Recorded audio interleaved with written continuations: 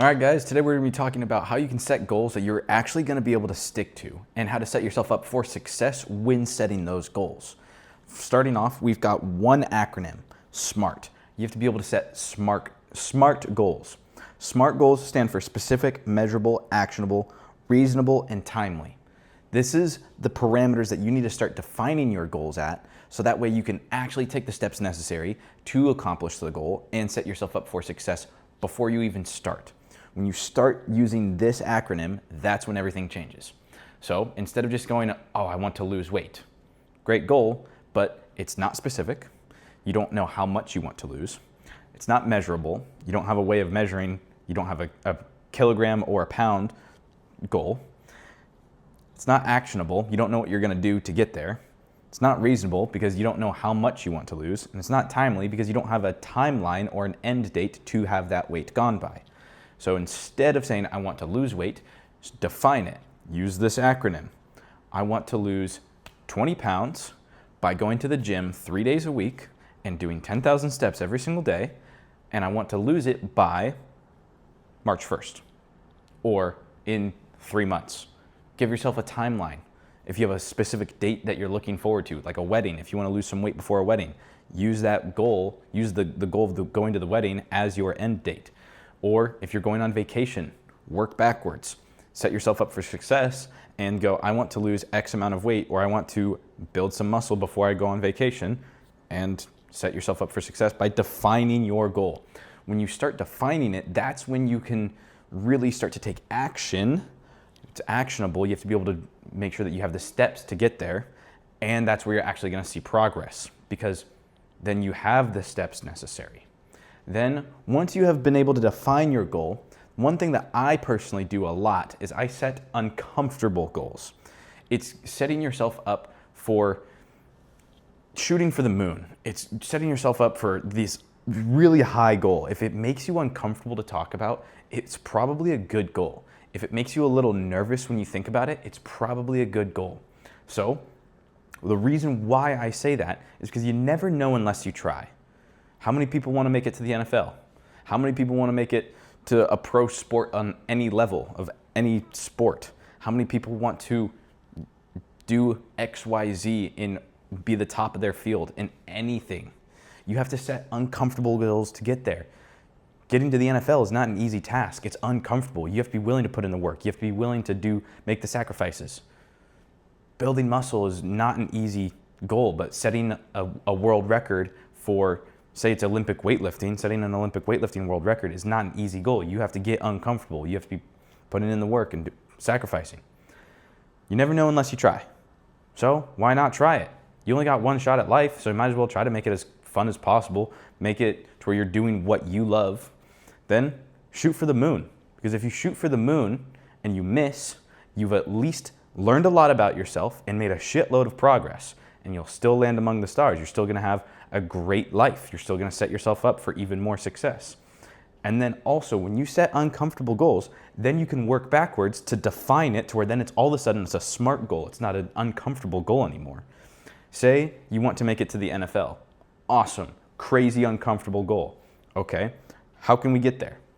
What are we going to do? What specifically can we do to get there? How can we measure it? It's putting in the practice, going to your games, performing well at games, putting in the work when nobody else wants to. How many times a week are you going to be practicing? How many days a week are you going to be strength training?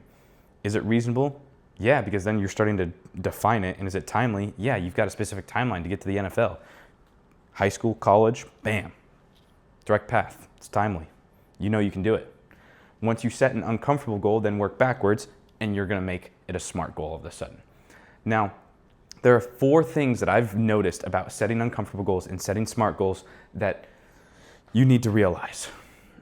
Anything worth value or anything of value is going to be hard to accomplish, regardless. Life is not easy. Life is not going to be just handing you gifts. It's not going to be handing you your goals. You're going to have to work hard. This is what hard feels like. When you're in the moment and you're like, man, this is so hard. It's so frustrating. Yeah, this is what you signed up for. This is what hard feels like. It's chosen suffering. You chose to do it. It's not, you don't have to work towards some of your goals. You don't have to do this. You don't have to go to the NFL. You don't have to become an entrepreneur. You chose to do it. You got to realize that one. Yeah, it's chosen suffering, and it's going to be hard, but you could always pivot and switch it and choose to do something else.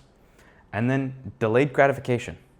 You have to be willing to sacrifice the things that you want right now for something that you want later in life.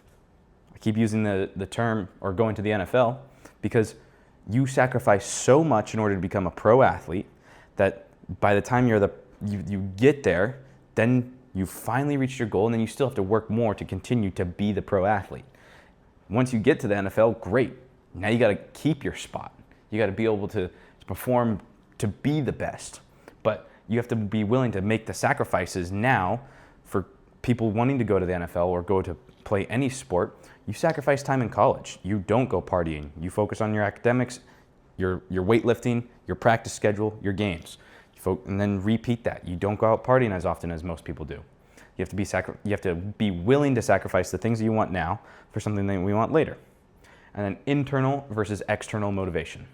There are two different types of motivation, and they're both extremely valuable. Internal motivation is anything that you can bring up your reason why, anything that you can remind yourself on why you started. External motivation is anything that you see outside of your control. It's the Rocky movies, it's the Creed movies, it's the sports documentaries, it's the edits on TikTok. It's all outside of your control.